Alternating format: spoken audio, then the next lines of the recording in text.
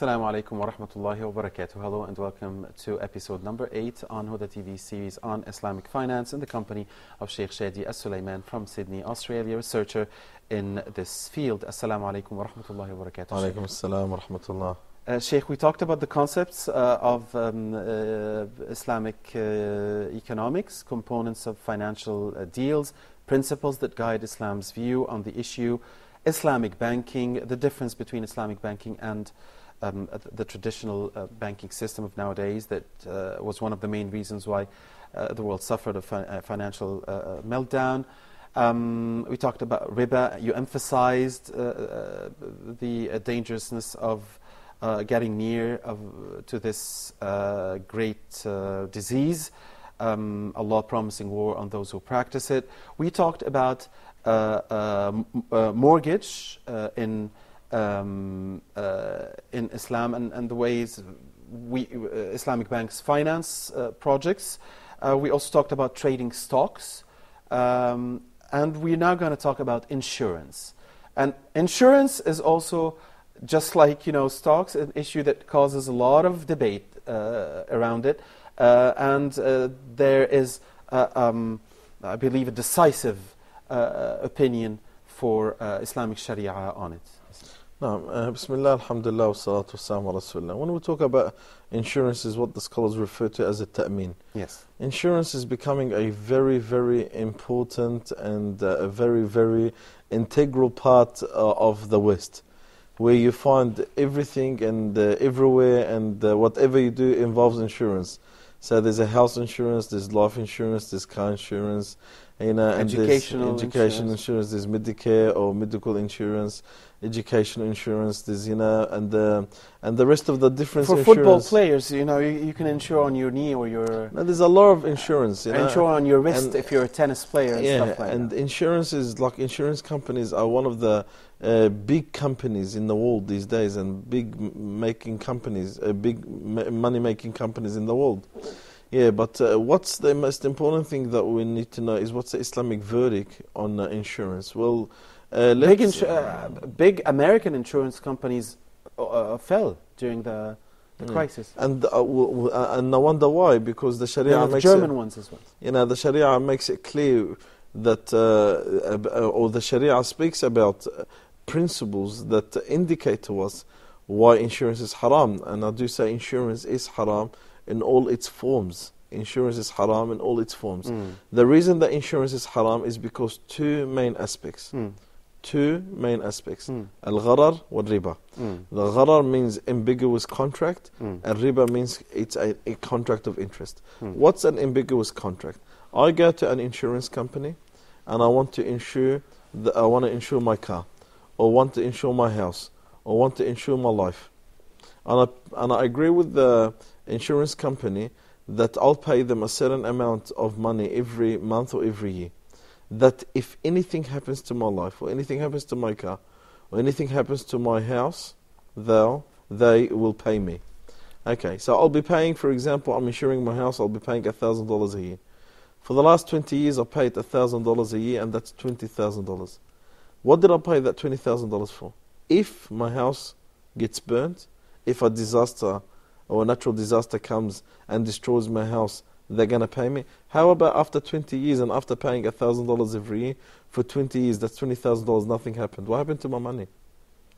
On what basis did I pay that $20,000? It evaporated. Okay, but they've taken my money unjustly. In which way? Why is my money? Decreased? It has decreased. It's gone. For what? I paid money for what service? I did not get a service. Okay, and secondly, that on what basis am I paying that money for? If there's not such thing called if, it's either yes or no. Something's going to happen, or something is going to happen, or something is not happening. So it's this: if my house collapses, if I make a car accident, if And we've seen many instances anyway even when something happens to the house, we've seen insurance companies not abiding by the. But regardless, let's say they do abide, but you are paying money for what? And that's why the Sharia forbids the gharar. Gharar means unclear. What are you paying your money for? What's the contract about? You paying $1,000 to this insurance company for your house or for your car. For what? If something happens, how about if nothing happens? So this is where the gharar comes in. Gharar means it's unclear. It's ambiguous.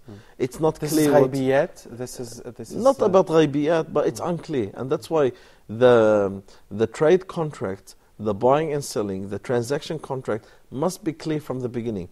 And the scholars refer to the gharar, for example, someone selling you a bird in the sky. What bird in the sky? How do I know that I'm going to catch this bird that you would like? How can I sell you something that I'm not even sure of? So same thing, insurance companies are selling you a service that does not exist. It will exist if something happens. How about if something doesn't happen? Again, like the naked short selling in the stock market. Like, this is the gharar. This is the form of gharar that the Prophet Muhammad forbids. And it's a very important Islamic principle. Any form of unclear or ambiguous contract is not acceptable in Sharia. So that's the first point. The second point, the insurance is haram, it's got riba. Okay, riba is interest usually. I've paid this insurance company $1,000 every year for the last 20 years, that if something happens to my house, they'll come and fix my house or reimburse me. So what happens? After 20 years, I've paid $20,000, a fire or a natural disaster came and destroyed my house. It cost me $200,000. So what's the insurance company going to do? They're going to come and pay me that $200,000. What did I pay the insurance company in the last 20 years? $20,000. So what did the insurance company pay from them? $180,000. Why? I paid them only $20,000 and then they reimbursed me $180,000. So that extra $180,000 is considered to be riba. Because I've given them $20,000 and they've given me back $180,000 at the top of that $20,000. And that's considered to be riba.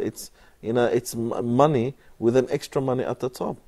It works the opposite way. And actually, as we can imagine from a mathematical point of view, Sheikh, I'm trying to figure it out here. I mean, this insurance company is amassing money from person 1 to person 100.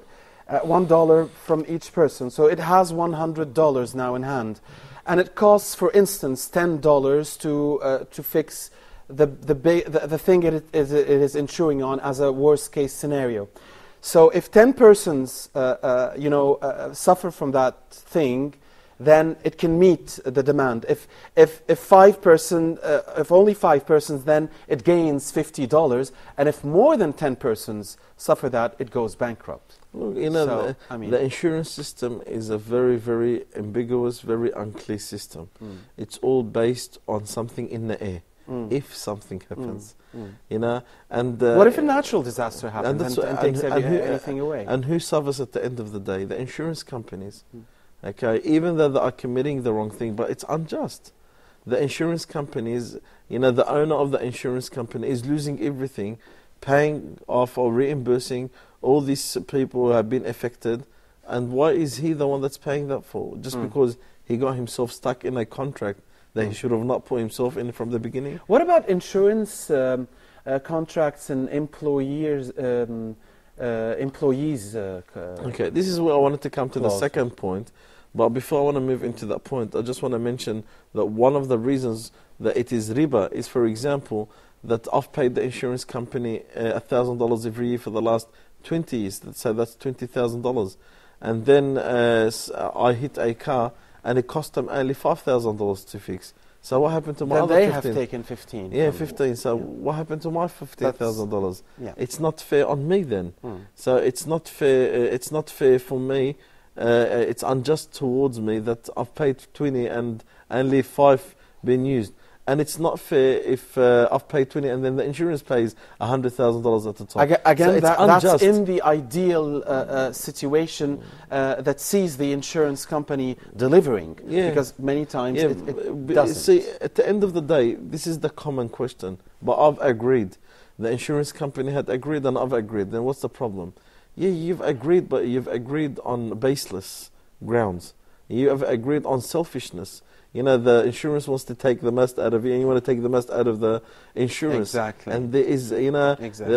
There's an attempt of, as Allah subhanahu wa ta'ala says that selfishness. Each party is attempting to exploit the other party. And that's not fair, and look at the type of dealings that we have because of such insurance. Now, you mentioned about the employment insurance and so on. Yes. This is the second type of insurance which you are obliged to have insurance. Like, for example, some countries you are obliged to have third-party insurance, for example. You are obliged to insure the workers. You are obliged to even insure, for example, in Australia, we must have public liability for the mosque, or else you cannot operate. Many businesses, you must have insurance to operate, or else you would not be operate. So this type of insurance, the scholars said, then this type of insurance is okay to deal with from 2 points. From the point of darura, it's a necessity because you cannot operate without it. And secondly, it's considered to be like a tax that you are paying the government or those on the behalf of the government. Because you cannot... So you have to act with the state's rules? Or else you cannot do anything. So for example, if you do not get in Australia, I'll give an example, if you do not get a third-party insurance for your car, you can't drive. If you do not get insurance for your work, you cannot operate as a business. So here you don't have the option. And that's why I say, if it's an optional thing, you must keep away from the insurance. Like, for example, such insurance on health insurance or life insurance. What about if it's a private company and you're such a distinguished employee that they offer you a job, they give you this X salary, and they give you discounts for your kids in big schools, and they give you medical insurance for all the family. What's wrong with that? If the company forces it on you, then you take it. But if it's your option, see, with health insurance... You're saying if I have the option of taking money instead of it? Or you're saying if I have the option... or should I tell them to totally drop it? Okay, if you could drop it, then do so. But that, again, goes depending on the health insurance. Because there are different types of health insurance. There's one type, which is like the normal insurance companies. One type is a membership. The membership is that you've got this, private hospitals, private specialists. So we'll give you a huge discount. And they say, look, become a member with us, and you are becoming directly a member with the hospital, and we give you those services. Like someone who becomes a member of a gym or becomes a member of a... So no problems with that? But there's other health insurance that you are paying an insurance company a certain amount that when you go to a hospital, a private hospital, they cover the gap. So you are you're not going direct to the hospital. There's an insurance company between you and the hospital. And there's a problem. And this is a problem. But if I'm becoming a member direct with the hospital, I'm just becoming a member. That's clear. I'm becoming a member with this hospital, and I want you to utilize their services. Clear again, Sheikh. We'll take another break here and come back with the second part of episode number 8 of Huda TV series on Islamic finance. Stay with us.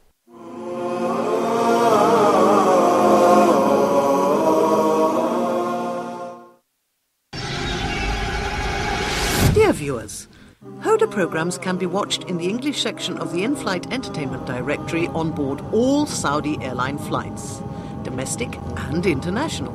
Sit back, relax, and enjoy watching Huda's entertaining and enlightening shows on your trip. Huda wishes you a safe and successful journey. Huda, a light in every home.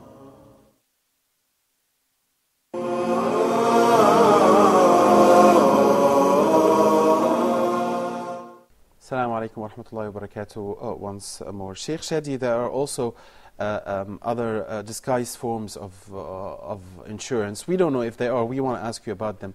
What if you go into a bank and it says, you deposit this X or Y amount of money every month for 20 years, and then we will give you that money at this specific amount in that period. That's insurance, that's riba, that's... no, you're talking about the bank. Bank does not give insurance. Bank gives riba. Okay. Bank deals with riba. And in the form of riba is not acceptable. Okay. What about... maybe this comes with stock trading, and it is very popular nowadays. You have these institutions that want to perhaps benefit from the fact that prices of stocks have really gone down in recent years. So they tell you, and they want money to invest because they too have lost, the institutions.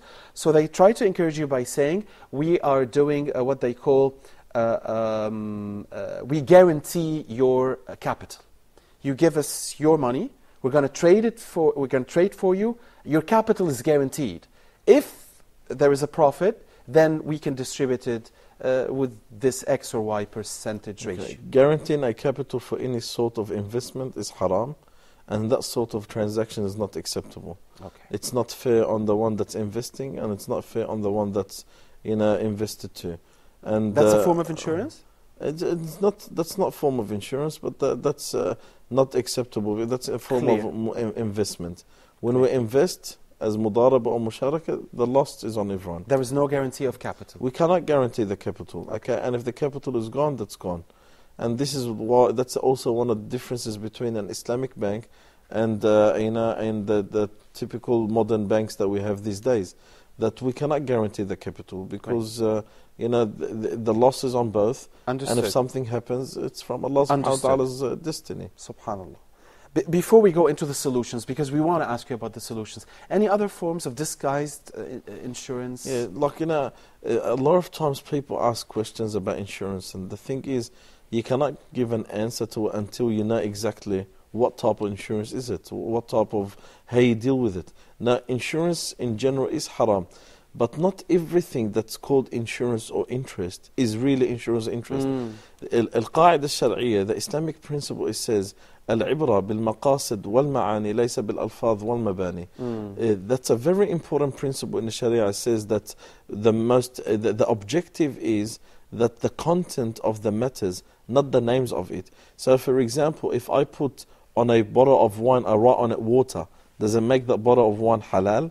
Even if it's called water? It doesn't. It doesn't. And if I put on a bottle of water, I write on it, it's wine, does it make it haram?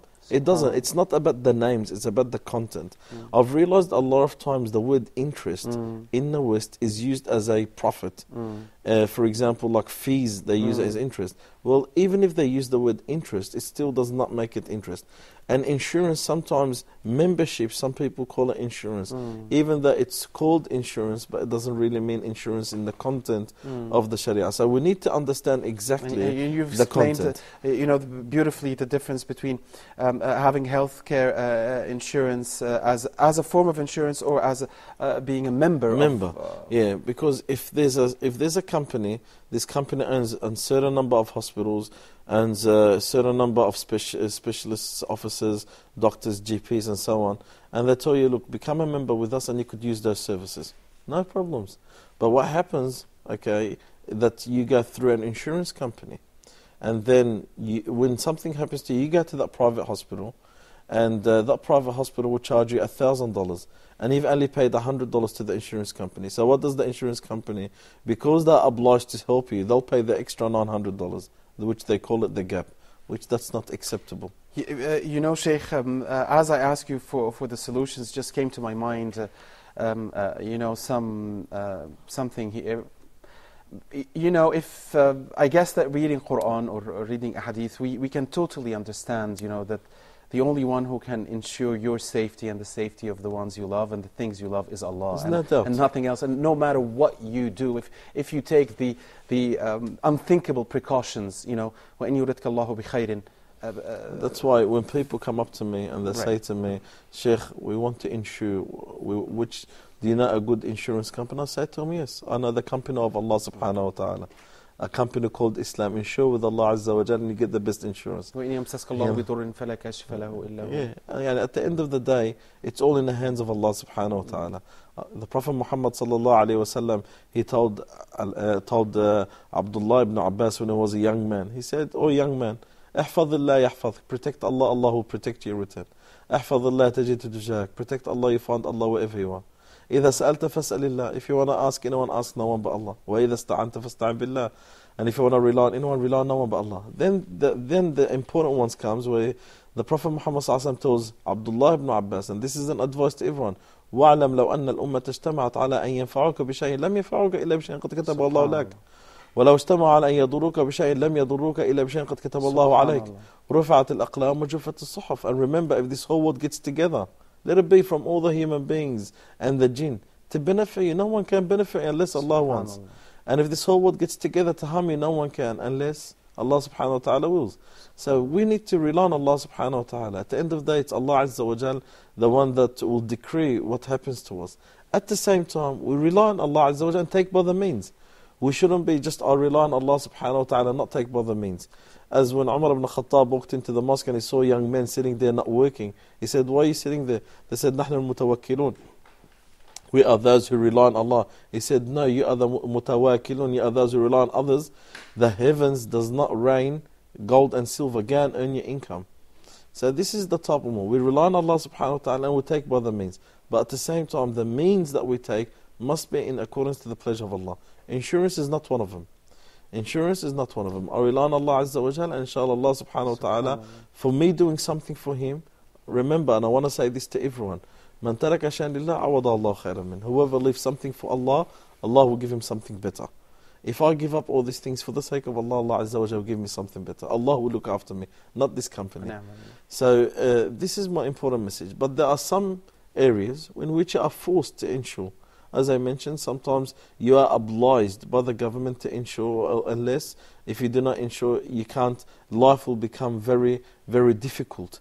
And the Sharia, and one of the main objectives of the Sharia, يُرِيدُ اللَّهُ بِكُمُ الْيُسْرَ وَلَا يُرِيدُ بِكُمُ الْعُسْرَ. Allah Azza wa Jalla wants easy for you, not what's hard and harsh upon you.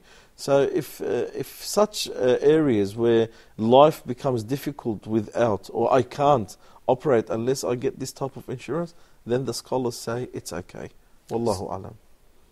So there is no substitute in our dunya. There's no Islamic substitute in our dunya for insurance, except this, the greatest substitute of all you've talked about. Yeah, I mean, this is my advice, but the Islamic banking does give a substitute, which we call a takaful al-ijtima'i. A takaful al-ijtima'i, that's which is social solidarity or social, cooperative, in which what happens, you get a group of 10 people, for example. Each one of them puts $100 as a donation, that this donation is restricted, a fund help anyone that falls into this need. Subhanallah. So what you've done here, you've done two things. First of all, you've donated, so you've got the rewards of a donation. And secondly, you are helping someone if someone falls in need. And this is where we go. So, and that's a great substitute. Exactly. It's Islamic, it's rewarding, it's morally and ethically respectful. So this is the best way that the scholars recommend. Get a group of 100 people, 1,000 people. We all agree that inshallah we'll be donating $100 a month. And this donation is waqf, or it is a endowment to any brother or any sister or any Muslim or any person who will be suffering through a car accident or whatever we agree amongst each other, a car accident or a car or a house and so on, and this money will go to them. And we restrict that to be from those who donate. You could put that, because when you do waqf or when you do donation, you could restrict your donation to whoever. So this is the way that this is an Islamic banking. What a great idea. And could people do it together? Yes, you could do it together. We doesn't have to go through Islamic banking. 100 of us can get together and each one of us puts $100. At the end of the day, from we could be living in one building, that comprises like 50 apartments, and making a fund for the. This fund is called the. So if the house catches fire, well, social the fund solidarity is there. or social cooperative, everyone puts in $50 a month. We know out of 100. Right. We know if anyone's apartment goes, has out of 100, will be at least 10%. Right. Maximum 10 to 20% will be affected. Right. But at the same time, you as a donor feels comfortable that alhamdulillah, I've donated my money. I did not lose my money in an insurance company. There is difference. Even though that I've donated my money into this fund of a social solidarity or cooperative, and I did not benefit from it in return in this dunya, but I know, alhamdulillah, I did benefit from it in the hereafter. So you feel a lot more comfortable than the money that you put in an insurance company. Got nothing at the end of the day. Indeed. Now, Sheikh, 1 minute before we go, so please more on teaching us how to be more of وَمَنْ يَتَوَكَّلْ عَلَى اللَّهِ فَهُوَ حَسْبُهُ. Yes, Allah subhanahu wa ta'ala wants His servants to rely on Him, not to rely on the materials of this world. This is the quality of the believer. And once you rely on Allah subhanahu wa ta'ala, Allah is enough and sufficient for you. As Allah subhanahu wa ta'ala says, فَهُوَ حَسْبُهُ. It's enough. You rely on Allah Azza wa Jalla, that's enough for you. What more do you want? You know, our hearts are so attached on relying on a big company or a big government, and we can't get our hearts relied on Allah subhanahu wa ta'ala. Allah is greater than all that. Allah subhanahu wa ta'ala will make the impossible possible. Allah will change the matters of people. So let me rely on Allah subhanahu wa ta'ala. Allah will make a change. The way the Prophet Muhammad sallallahu alaihi wasallam relied on Allah Azza wa Jal, when the whole world was against him, or the whole Arabs were against him, he relied on Allah. He said, Hasbunallahu wa ni'mal wakeel. And when Ibrahim was casted into the fire, what did he say? Hasbunallahu wa ni'mal wakeel. For Allah subhanahu wa ta'ala will be with those who are with him. But we need to rely on Allah subhanahu wa ta'ala, not to rely on some insurance company or that company. I'm not saying that we don't take by the means. We do take by the means. But we do take by the halal means, acceptable, permitted halal means. And this is Allah subhanahu wa ta'ala. That's why we rely on Allah Azza wa Jalla and rely through the Islamic means. Like the takaful ijtimai, social solidarity or cooperative is one of the best things. And alhamdulillah, you know consciously that you're doing the right thing. And it's going for the right cause, and it's going for the right reasons. So this is Islam, this is the deen of Allah subhanahu wa ta'ala. And obviously it's clear, and something that will minimize the risk and minimize the possibility of dispute and conflict. Indeed. Allahumma aghnina bihalalika an haramik. Ameen. Sheikh Shadi As-Sulaiman from Sydney, Australia. Thank you very much. It's always a great pleasure. Great listening to you, and inshallah looking forward to the upcoming episodes of Huda TV series on Islamic finance. Dear viewers, do stay with Huda TV until we meet again. Assalamu alaikum wa rahmatullahi wa barakatuh.